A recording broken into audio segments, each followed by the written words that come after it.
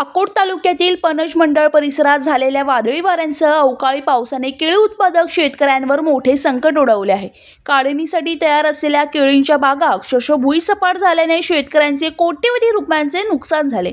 पनज, बोचरा, रुईखेड, महागाव, अकोली, जहागीर आणि धामणगाव परिसरातील शेकडो एकरावरील केळी बागा वादळांच्या तडाख्यात उद्ध्वस्त झाल्या. अनेक ठिकाणी केळींचे झाडे उमळून पडली असून घट जमिनीवर लोळत आहेत. त्यामुळे कापणीयोग्य माल पूर्णपणे नष्ट झाले आहेत. कर्ज काढून केळीची लागवड केलेल्या शेतकऱ्यांसमोर आता कर्जफेडीचा गंभीर प्रश्न निर्माण झाला आहे. काही महिन्यांची मेहनत एका रात्रीत वाया गेली अशी व्यथा नुकसानग्रस्त शेतकरी व्यक्त करत आहेत. दरम्यान महाराष्ट्र प्रदेश काँग्रेसचे सचिव प्रशांत पाचडे यांनी नुकसानग्रस्त भागाची पाहणी करून शेतकऱ्यांशी संवाद साधला. प्रशासनाने तात्काळ पंचनामे करून नुकसान भरपाई जाहीर करावी अशी मागणी करण्यात आली. शासकीय अधिकारी, विमा कंपनीचे प्रतिनिधी अद्याप घटनास्थळी पोहोचले नसल्याने शेतकऱ्यांमध्ये संताप व्यक्त होत आहे. 2 दिवसात पंचनामे न झाल्यास तहसील कार्यालयावर उग्र आंदोलन छेडण्याचा इशारा काँग्रेस पदाधिकाऱ्यांनी दिला आहे. पनज तसंच अकोलखेड सर्कलमध्ये या दोन्ही सर्कलमध्ये केळीचं फार मोठ्या प्रमाणात नुकसान झालेलं आहे.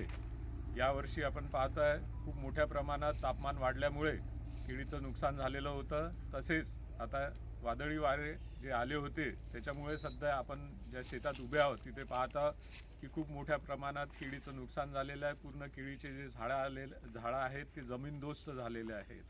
केळीला मालसुद्धा लागलेला होता. आपण पाहू शकतो तो सगळा माल इथे खाली पडून वाळलेला आहे. आणि आतापर्यंतसुद्धा आपल्या या शासनाकडून हा जे नुकसान झालेलं आहे याचा सर्वेसुद्धा करण्यात आलेला नाही आहे. हे शासन एक प्रकारे झोपल्याचं सोंग घेत आहे. येथील शेतकऱ्यांनी वारंवार तक्रारी केल्या तरीसुद्धा येथील शेतकऱ्यांच्या तक्रारीनुसार कुठलेही शासकीय कर्मचारी इथे सर्वे करण्यासाठी आलेला नाही किंवा त्याच्यासाठी त्यांना शेतकऱ्यांना कुठल्याही प्रकारची मदत काही सरकारतर्फे देण्यात आलेली नाही आहे. त्याचप्रमाणे आपल्या पीक विम्याच्या ज्या कंपन्या आहेत त्या पीक विम्याच्या कंपन्यांनीसुद्धा इथे येऊन कुठल्याही प्रकारचा सर्वे केलेला नाही आहे. आपल्या सर्व शेतकऱ्यांनी तक्रारी दाखल केलेल्या आहेत. विमा कंपनीकडे सुद्धा तक्रारी दाखल केलेल्या आहेत. विमा कंपनीचे प्रतिनिधीसुद्धा इथे सर्वे करण्यासाठी आलेले नाही आहेत. हे दोन्ही प्रकारे जर शासनाने त्यांना शेतकऱ्यांना मदत नाही दिली आणि विमा प्रतिनिधींनी जर तिथे येऊन सर्वे नाही केला तर यापेक्षाही आम्ही काँग्रेस पक्षातर्फे मोठ्यात मोठं आंदोलन करू अशी आम्ही इथे तुम्हाला तंबी देण्यासाठी आलेलो.